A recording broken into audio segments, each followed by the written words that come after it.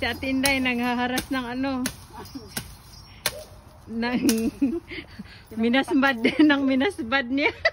Tinan mo yung collection ko galing sa ano ni Faye.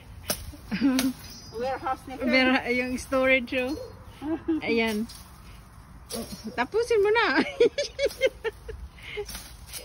Ayan yung isang itak. Yung isang itak ba? Akin ang isang itak. Oh, sige. Ay, dalawa to. Dalawa oh. Oh. Dalawa itong collection ko. Isang malapad at saka isang mahaba. Mapurol. Isang mahaba at saka isang malapad. Kaya lang mapurol. Hindi okay. Maano ka ha? Hindi God. Oo. Kay sanay man. Sanay man to. Oh, tinan mo. Tinday hamaman ni Malaan koan taga Bukid. Mapurol pa rin, pero okay lang. Pwede mo namang baido. Mag-ingat ka dyan. Napakinabangan, no? Alo, mapurol man. Pang-exercise mo yan. Umuntol man, day, kaya. Kaya nga. Umuntol naman kaya siya. Oo nga.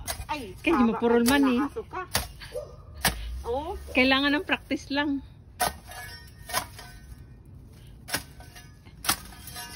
Eto na, naumpisan ko na to eh. Ha? Naumpisan ko na yan. Ah, okay na, kanana.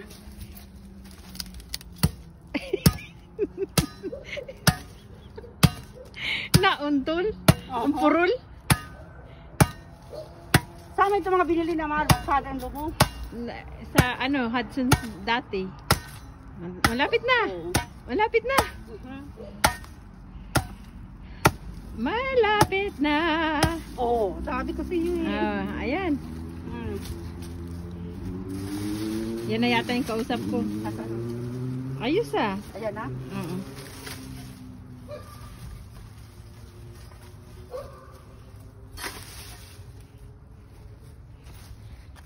Ayun yung paupahan naming warehouse.